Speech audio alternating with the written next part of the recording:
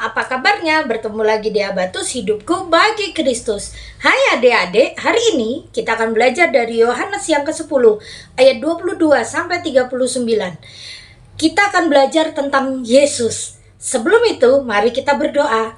Tuhan Yesus, terima kasih anugerah-Mu sehingga kami diberikan kesempatan untuk belajar.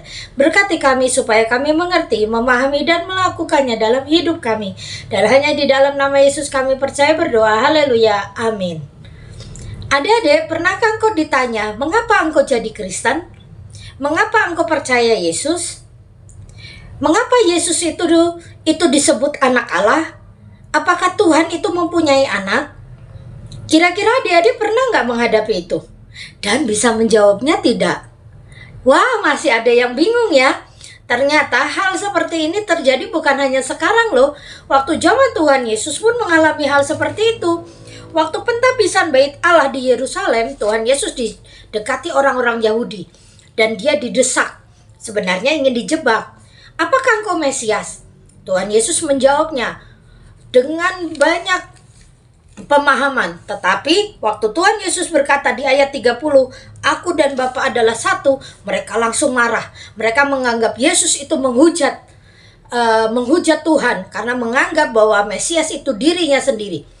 Mereka tidak terima kalau Yesus itu Mesias karena mereka melihat bahwa Yesus itu manusia biasa. Dia bukan Mesias, tetapi dia manusia biasa. Karena apa? Mereka tahu silsilahnya Yesus. Dia anak siapa? Dia tinggal di mana? Dia tumbuh di mana? Dan pekerjaannya apa yang dulu dia lakukan? Mereka tahu, makanya mereka menyangkal itu. Tetapi ayat yang ke-37 dan 38 berkata, jikalau aku tidak melakukan pekerjaan-pekerjaan Bapakku, janganlah percaya padaku. Tetapi jikalau aku melakukannya dan kamu tidak mau percaya kepadaku, percayalah akan pekerjaan-pekerjaan itu, supaya kamu mengetahui dan mengerti bahwa Bapa di dalam aku dan aku di dalam Bapa. Banyak sekali orang-orang yang ingin percaya Yesus tapi meminta bukti. Tetapi kita yang percaya Yesus, kita mempercayainya dengan iman, walaupun kita tidak melihat. Iman itu membuat kita percaya. Walaupun kita tahu mata jasmani kita tidak bisa melihat. Seperti angin, adik-adik merasakan angin. Tapi apakah angin itu bisa dilihat? Kita bisa mengambil perumpamaan seperti itu. Kita menggambarkan Yesus kurang lebihnya seperti itu. Bahwa Yesus itu tidak terlihat, tetapi dia berasa dalam hidup kita. Dia memberkati kita, menuntun kita, memimpin hidup kita. Saat kita sakit, kita berdoa, Tuhan memberikan kesembuhan. Saat kita sedih, saat kita berdoa, kita diberikan sukacita. Dan saat kita membaca firman Tuhan, kita diberikan kekuatan untuk menjadi orang yang terus-menerus melakukan kebenaran. Ada beberapa kesaksian orang yang dulu jahat, tetapi setelah membaca firman Tuhan, dia berubah. Itulah bukti nyata bahwa Yesus itu nyata adanya. Sejarah pun mencatat, dan kita pernah belajar ya, apakah Yesus itu nyata atau dongeng? Ternyata Yesus itu nyata.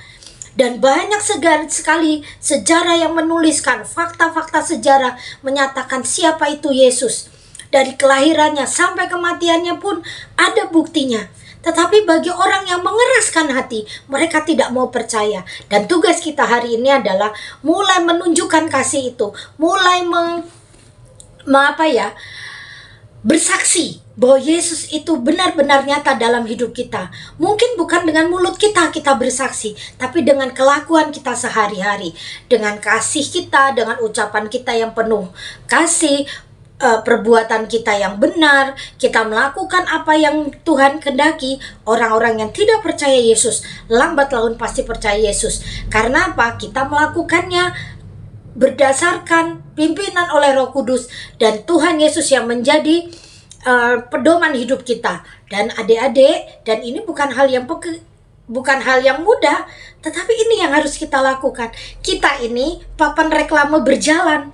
Maksudnya apa yang kita lakukan, apa yang kita pakai, apa yang kita ucapkan, itu akan menunjukkan siapa Yesus dalam hidup kita.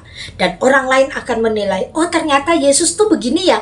Buktinya anak itu baik ya karena dia orang Kristen. Nah, Biarlah hidup kita ini menjadi kitab yang terbuka sehingga orang lain mempercayai Yesus lewat kehidupan kita.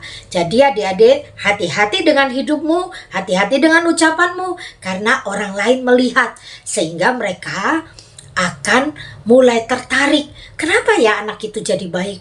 Waktu dia bertanya, kenapa kau baik? Mulailah engkau punya kesempatan untuk berbicara. Semua ini karena Tuhan Yesus. Tuhan Yesus yang membuat hidupku seperti ini. Setelah kau bersaksi, orang itu pasti akan mulai kepo dengan Tuhan Yesus. Dan kau pun akan mulai menuntut dia untuk mulai percaya pada Tuhan. Nah adik-adik, mulai hari ini perhatikan bagaimana engkau hidup ya, supaya hidupmu menjadi berkat bagi orang lain. Dan iman kita ini ditunjukkan kepada orang lain karena kita percaya, bukan karena melihat. Kita percaya karena kita tahu bahwa Yesus Kristus itu nyata. Mari kita berdoa. Tuhan, kami bersyukur kami diingatkan lagi untuk bersaksi tentang Engkau. Urapi kami supaya kami terus berani. Dan hanya di dalam nama Yesus kami percaya berdoa. Haleluya. Amin.